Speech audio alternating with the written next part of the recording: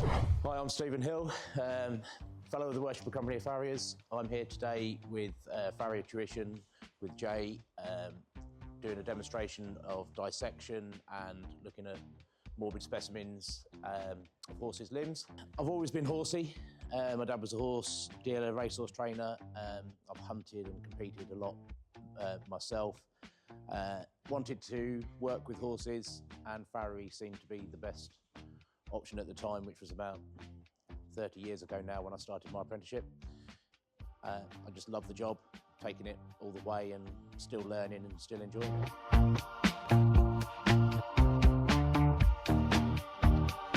We've got about 25 people come in.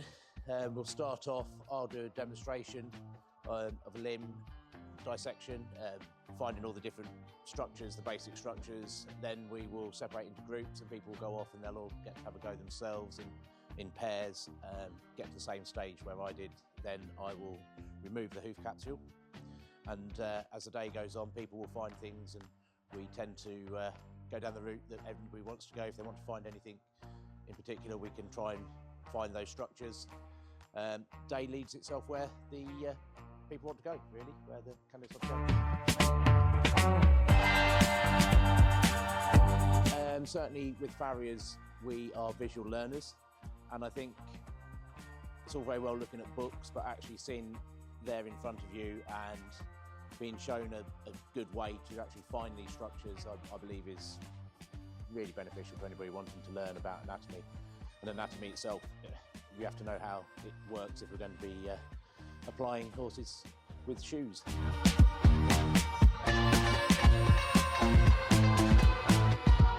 I think teaching people how the hind limb works, for me, is everybody goes quiet. And I started to worry when I first did it, and now I think it's actually the highlight of the day. Is looking forward to everybody coming. I always learn from everybody who comes as well. We often have physios here, some vet students and some horse owners, and we all look at things slightly differently. So I really enjoy every day I've done, and I think each one's getting better. Just hope my hands warm up because I'm freezing. So we've just done the first part of the day. We've done the superficial, the deep, the flexor tendons, the extensor tendons, the suspensory apparatus for the forelimb. Now we're separated into pairs, and the candidates are going to go off and get to the same stage in their pairs and see what they can find, and before we move on to the next stage.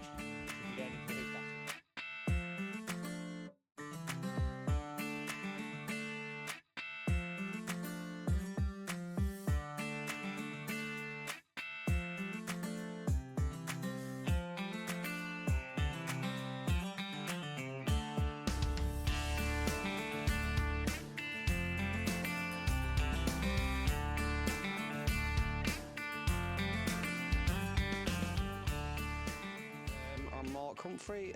I'm from just south of Nottingham. Tom Harris, and I'm just south of Nottingham also. Here to learn. I've got I brought this limb with me because it's my old horse, and I was intrigued to know what was going off in his hop, really, because he basically ended up retiring due to lameness, and I've been keeping the limb ready for a day like this to be able to have a look. It's always good to refresh your memory on anatomy and physiology, and I don't think there's any better way than hands-on. There's only so much you can get from a book, especially the individual variations. We have done some dissections before, but yeah, it's not on a regular basis, but it's great to be able to put what you see in a book into seeing it in the actual real animal, because it's often not the same as you think. A lot of the textbooks that we have as well dumb down anatomy structures and make them more simplistic for you to understand and take artistic license with them. So, you know, like the amount of connective tissue is never really mentioned. That, you know, people talk about it, but you don't really get the full effect of how it all links in together, and they're not individual structures. Both involved in horses, obviously. It just sort of evolved from that, really. In fact, Mark's uncle was a farrier who I trained with, so Mark obviously had the family connection, and I trained with Phil as well. So yeah, it was sort of just watch that tendon there. There's a tendon here. I'll nick this bit round here without taking your tendon.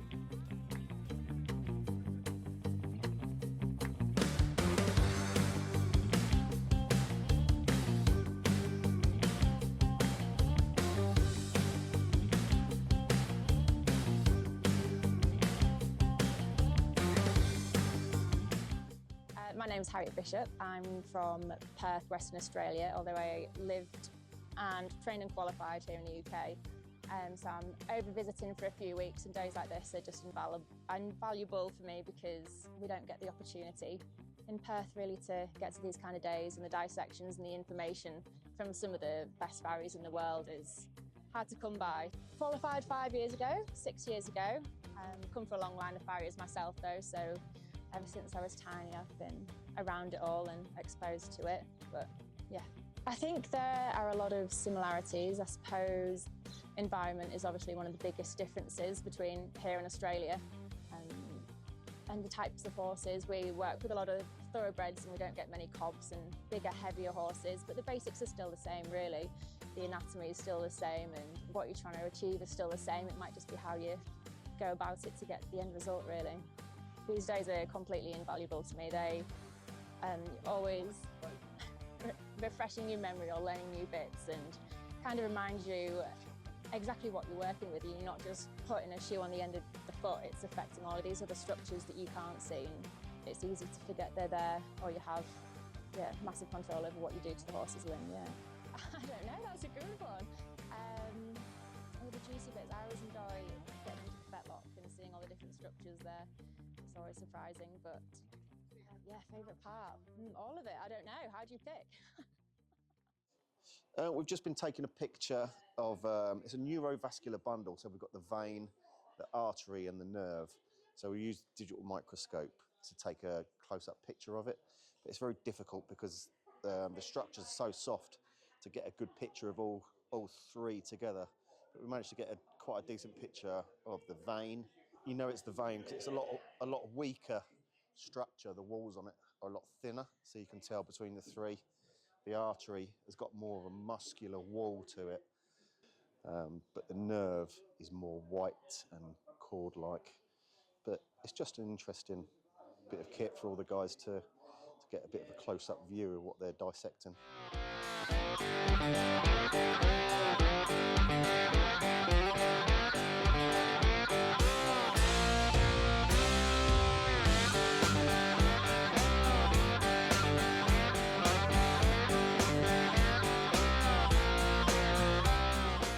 So I'm Phoebe. I've been qualified since 2017 as a farrier and run my own business. I've come here today because I did a few dissections as an apprentice, but it's nice to come back to it knowing a bit more, hopefully, than I did, and take everything apart.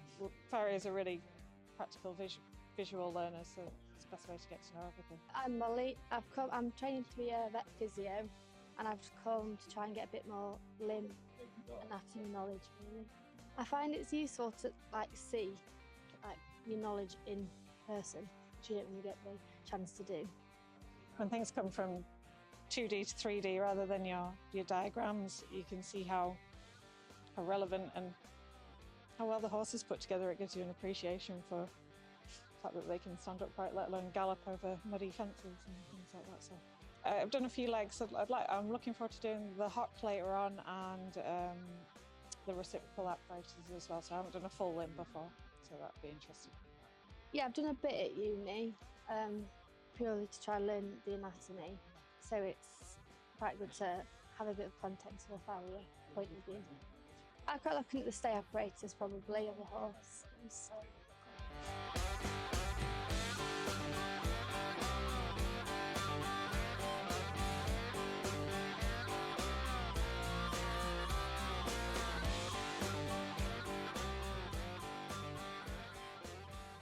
So this is the next part of the day where we find the sesamoidian ligaments.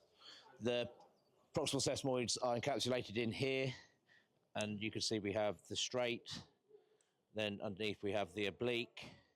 It's not a very good example, but in here we have the cruciates and the shorts were just here that I've actually cut through to expose the others. These are the ligaments that hold the proximal sesamoids, and the ligament that holds them up is the suspensory ligament here. So that's what we're trying to expose now. This is quite a hard leg because there's so much scar tissue in this leg. The thoroughbred legs have actually been a lot better for this exercise.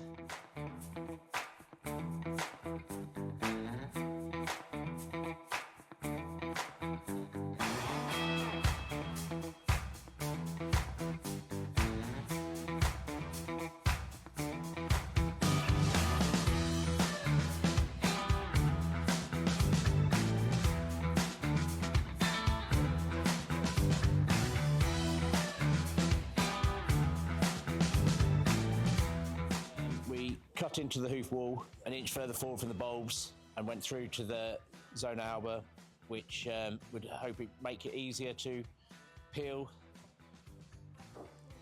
the hoof capsule, peel the sole away on the bottom here so we can see any damage there, and then we peel the wall off as well from here, which exposes these structures. We've removed the collateral cartilages, which are on here, and the deep distal flexor tendon and the navicular bone we've exposed, and we can actually see changes here on the navicular bone and the deep distal flexor tendon. This is always amazes me how wide this is. This is a really wide structure where it inserts onto the pedal bone.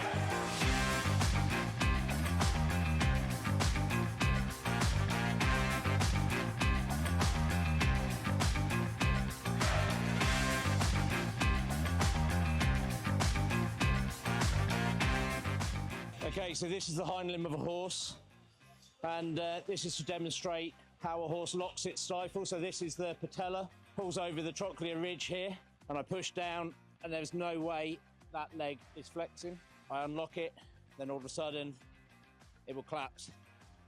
Now the interesting thing about the hind leg is it has a reciprocal apparatus, and the reciprocal apparatus consists of the peroneus tertius, which is a fibrous band just in here in this massive muscle, and the gastrocnemius, which is in here.